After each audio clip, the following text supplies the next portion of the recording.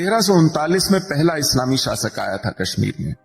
युद्ध जीत के नहीं आया था, सेना लेकर नहीं आया था, प्राण बचाने आया था। 1315 में शरण मांगने आया था। उसका नाम था शाहमीर। एक नवयुवक था। 1315 में जब वो कश्मीर आया तो वो स्वात घाटी से आया था, जहां इस्लाम का शासन आ चुका था। वो वहां पर शासक बनना चाहता था। उसके लिए वो किसी तरह के षड्यंत्र कर रहा था, पकड़ा गया, जान बचाने के लिए भागा, कश्मीर आ गया। उदयन देव ने शरण दी। उदयन देव को लगा कि मेरे पड़ोस में इस्लाम आ गया है, उसके विषय में ज्यादा मालूम नहीं है, वहां से जान बचाकर कोई कुलीन आया है तो अच्छा ही होगा, उनके विषय में और पता चलेगा। और कुलीन वर्ग का है तो परामर्श जो मंडल था उसका उसमें रख दिया, दरबार में रख लिया। हेलो दोस्तों, अमेरिका के वर्तमान राष्ट्रपति डोनाल्ड ट्रंप अक्सर एक कविता सुनाते हैं, सांप की कविता, जिसमें एक महिला, दयालु महिला, रास्ते में कहीं एक सांप को बहुत कमजोर और घायल अवस्था में देखती है और उसे अपने घर उठा लाती है, उसका इलाज करती है, अपने स्वभाव भर दया दिखाते हुए उस सांप की बहुत सेवा करती है। और सांप जब ठीक हो जाता है तो सांप अपने स्वभाव के हिसाब से उस महिला को एक दिन डस लेता है और उस महिला की दुखद मृत्यु हो जाती है। दोस्तों, हो सकता है डोनाल्ड ट्रंप की ये कहानी किसी कल्पना की उपज हो, लेकिन हम भारतीयों के लिए, विशेष तौर पर सनातनी हिंदुओं के लिए, यह अंतिम और गहन चेतावनी है। इस कहानी का एक सिरा कश्मीर से जुड़ता है, जहां हिंदू धर्म का एक दयालु और उदार राजा उदयन देव आज से करीब 700 वर्ष पूर्व 1315 में अपनी जान बचाकर आए शाहमीर नामक युवक को शरण देने की भयावह भूल कर देता है। और मात्र 24 वर्षों में ही वो शाहमीर छल कपट और षड्यंत्र से उदयन देव के बाद गद्दी पर बैठ जाता है। उस शाहमीर को शरण देना, राजा उदयन देव द्वारा शरण देना, कश्मीरी पंडितों, हिंदुओं को कितना महंगा पड़ा, उस बात को शब्दशः कश्मीरी मानवाधिकार कार्यकर्ता सुशील पंडित जी के शब्दों में सुनेंगे आप, तो आपको एहसास जरूर होगा कि शरण देने की, सोचे समझे शरण देने की कितनी बड़ी कीमत कश्मीरी हिंदुओं यानी कश्मीरी पंडितों को चुकानी पड़ रही है। अगर आपको अंदाजा करना है कि कश्मीर की कहानी क्या है, एक हफ्ता भटकल में रह आइए, बहुत दूर नहीं है यहां से।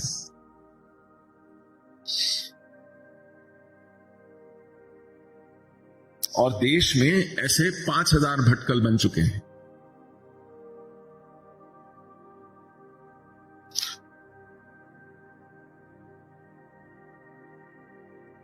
कैसे हुआ ये सब?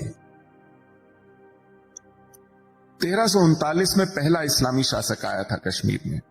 युद्ध जीत के नहीं आया था, सेना लेकर नहीं आया था, प्राण बचाने आया था। 1315 में शरण मांगने आया था। उसका नाम था शाहमीर। एक नवयुवक था। 1315 में जब वो कश्मीर आया तो वो स्वात घाटी से आया था, जहां इस्लाम का शासन आ चुका था। वो वहां पर शासक बनना चाहता था। उसके लिए वो किसी तरह के षड्यंत्र कर रहा था, पकड़ा गया, जान बचाने के लिए भागा, कश्मीर आ गया। उदयन देव ने शरण दी। उदयन देव को लगा कि मेरे पड़ोस में इस्लाम आ गया है, उसके विषय में ज्यादा मालूम नहीं है, वहां से जान बचाकर कोई कुलीन आया है तो अच्छा ही होगा, उनके विषय में और पता चलेगा। और कुलीन वर्ग का है तो परामर्श जो मंडल था उसका उसमें रख दिया, दरबार में रख लिया। और कालांतर में वही पैलेस इंट्रीग के माध्यम से षड्यंत्र कर शासक बना। 1339 में उसने तत्कालीन जो कुलीन वर्ग था उसको प्रभावित किया। राज तिलक और मंत्रोच्चार के साथ राजगद्दी पर बैठा शाहमीर, शमसुद्दीन डायनेस्टी का पहला राजा कश्मीर का।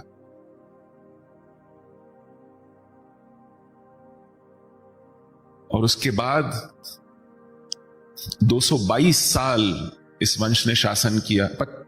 25 राजा हुए इन 222 सालों में। और उसके बाद आए चक, और उसके बाद आए मुगल, और उसके बाद आए पठान। लेकिन 1339 में जब वो राजा बना तो 1450 तक संस्कृत राजभाषा रही, क्योंकि कश्मीर संस्कृत की भूमि थी। वहां ब्राह्मण ही नहीं, आम लोग संस्कृत बोलते थे। बिल्हन कहते हैं, वही बिल्हन जिनका मैंने वर्णन किया, यहां चालुक्यों के प्रदेश में आए थे। उन्होंने लिखा है कि मेरे कश्मीर में धान रोपने वाली स्त्रियां संस्कृत में गाती हैं जब वो धान रोपती हैं। धान रोपना होता है ना, यू रीप्लांट पैडी। वो लाइन से खेत में घुटनों तक के पानी में झुक करके धान रोपती हैं, और वो जो गाती हैं वो संस्कृत में गाती हैं। ये बिल्हन लिखते हैं अपनी मातृभूमि का परिचय देते वक्त। तो इस शमसुद्दीन डायनेस्टी की मजबूरी थी कि वो उस कुलीन वर्ग को, उस वहां की जनसंख्या को साथ लेकर के चले, तो संस्कृत नहीं हटाई। कम से कम 6 पीढ़ी तक मंत्रोच्चार के साथ, राज तिलक के साथ राजगद्दी पर आसीन होते थे। 1450 के बाद उनकी हिम्मत बढ़ी, उन्होंने संस्कृत को हटा के पर्शियन को कोर्ट लैंग्वेज बनाया। क्योंकि तब तक जब एक राजा किसी मजहब को अपनाता है तो उसे उस मजहब को फैलाने में बहुत ज्यादा कुछ नहीं करना पड़ता। लेकिन कश्मीर में बहुत कुछ करना पड़ा, मार काट करनी पड़ी, मंदिर तोड़ने पड़े। 1405 में, यानी अभी संस्कृत राजभाषा थी, राजा था सुल्तान सिकंदर, उसका नाम पड़ा बुतशिकन। बुतशिकन पर्शियन में कहते हैं मूर्ति भंजक को। आप लोग अगर गूगल करें या कुछ कश्मीर गए होंगे, अनंतनाग में एक मंदिर है मार्तंड का सूर्य मंदिर, देखिए कितना भव्य है। उसे ललितादित्य ने बनवाया था 8वीं शताब्दी में। उस मंदिर को देख करके उसे तोड़ने का मन किया। थोड़ा सा डाइग्रेस करूंगा। वीएस नैपॉल लिखते हैं कि ये कैसी मानसिकता है कि किसी सुंदर चीज को देखकर एक नॉर्मल सामान्य व्यक्ति कहता है कि ये मेरी हो जाए, है ना। कोई सुंदर वस्तु हो तो लोभ उत्पन्न होता है कि इसको मैं रख लूं। लेकिन ये कौन सी मानसिकता है कि किसी सुंदर भवन, किसी सुंदर वस्तु को देखकर आप उसे नष्ट करने पर तुल जाएं। ये किया सिकंदर बुतशुकन ने मार्तंड के सूर्य मंदिर के साथ। आपको आश्चर्य नहीं होना चाहिए, क्योंकि अगर आप हम्पी जाकर के देखेंगे तो आपको वही मानसिकता दिखाई पड़ेगी। VS Naipaul 4th generation Caribbean Trinidad से चलकर अपने पूर्वजों की भूमि भारत आए थे मिड 60s में, कि मैं जाकर के देखूं कि मेरे पूर्वज किस देश में, किस समाज में रहते थे। और वो लिखते हैं कि जब मैं हम्पी आया तो मैं खड़ा होकर के रोता रह गया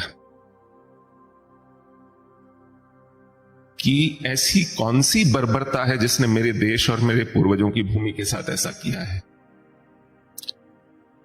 उस पीड़ा से निकला उनका पूरा साहित्य। अ वुंडेड सिविलाइजेशन उन्होंने लिखा, एन एरिया ऑफ डार्कनेस उन्होंने लिखा, अमंग द बिलीवर्स उन्होंने लिखा,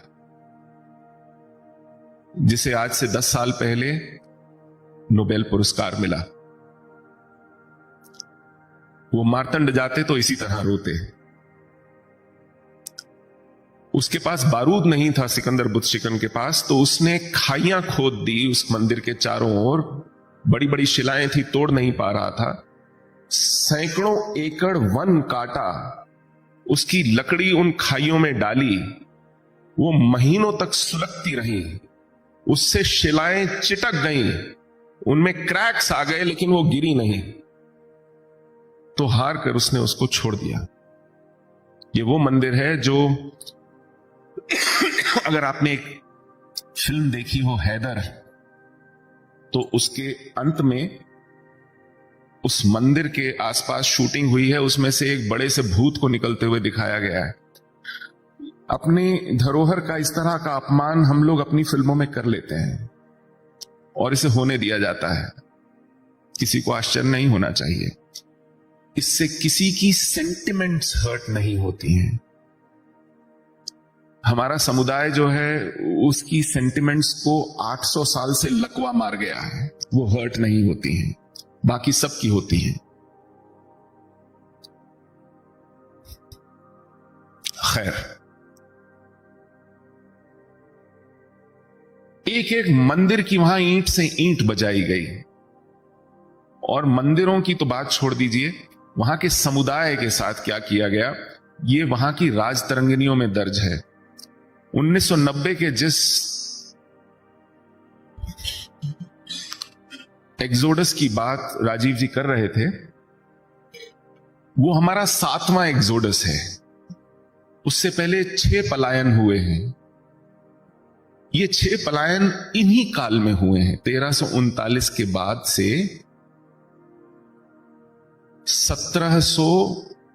1819 तक।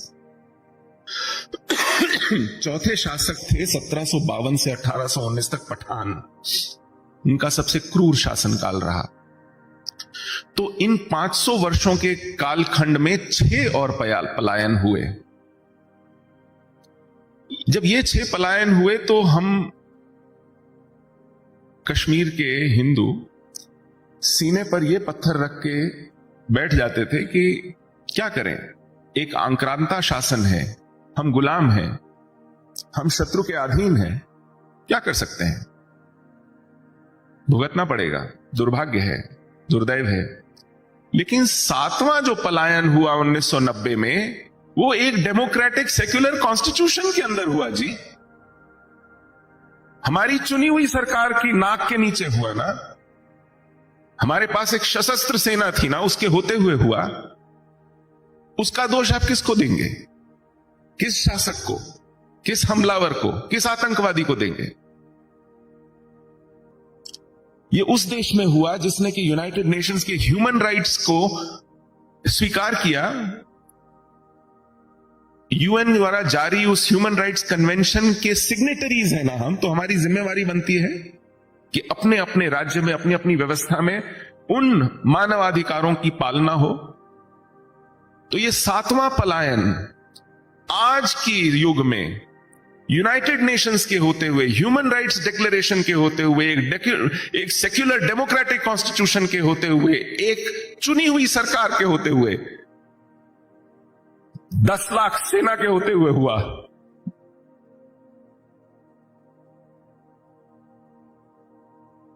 किसको शर्म आती है?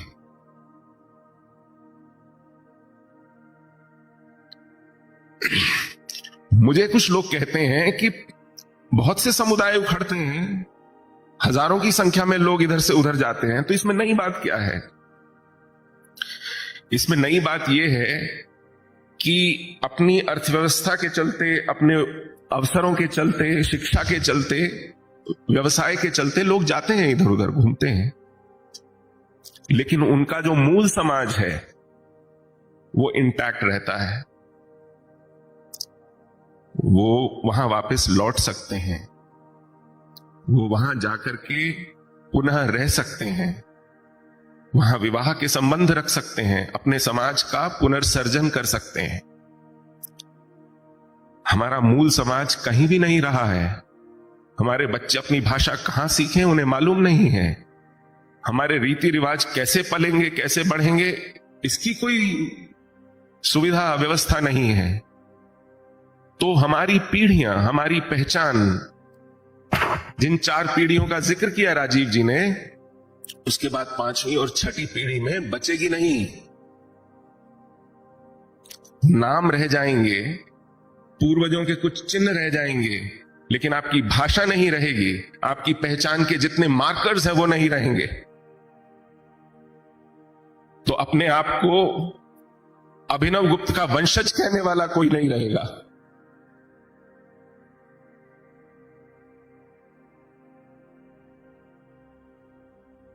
मेरे समुदाय से आज संस्कृत की स्कॉलरशिप खत्म हो गई है।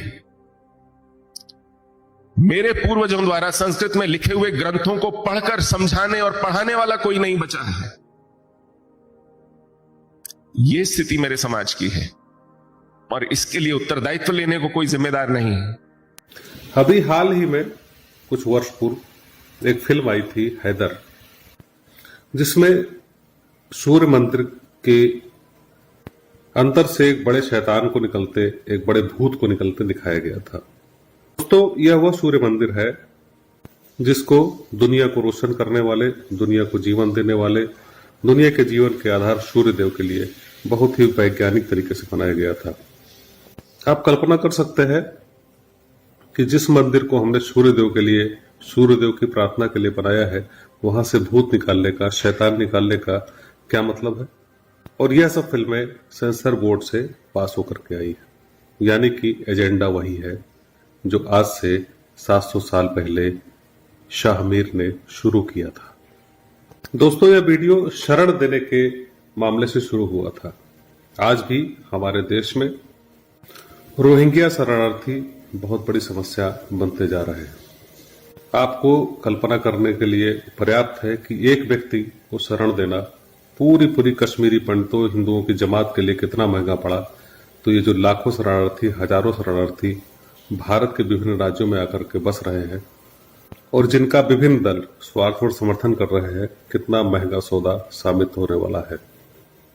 हमारे देश में वर्ष 2014 से देश का माहौल बदला तो है, लेकिन इन संस्कृति भंजकों और विधर्मियों की साजिश और षड्यंत्र का दायरा इतने क्षेत्रों पर और इतना बड़ा है कि उसे आसानी से नियंत्रित नहीं किया जा सकता है। धारा 370 हटने के बाद कश्मीर में सिर्फ वैधानिक स्थिति पर परिवर्तन आया है, जबकि जमीनी स्तर पर या स्थानीय स्तर पर हालात जस के तस बने हैं। आज भी वहां कोई कश्मीरी पंडित हिंदू स्वतंत्र होकर अपने धार्मिक अनुपालन और जीवन यापन नहीं कर सकता। दोस्तों, हमें सजग, समर्थ और जागरूक रहना होगा और हमें यह देखना होगा कि हमारी आस्तीन में कितने सांप पल रहे हैं जो अंदर ही अंदर हमारे सफाई की तैयारी भी कर रहे हैं। अगर आप सुशील पंडित जी के दर्द के साझीदार हैं, उनसे सहमत हैं, तो हमारे चैनल अखंड हिंद को जरूर लाइक करें और सब्सक्राइब करें, ताकि हम आपको आगे भी सच का सामना करके हकीकत के लिए तैयार रख सके। मिलते हैं अगले अंक में, तब तक के लिए जय हिंद, जय भारत।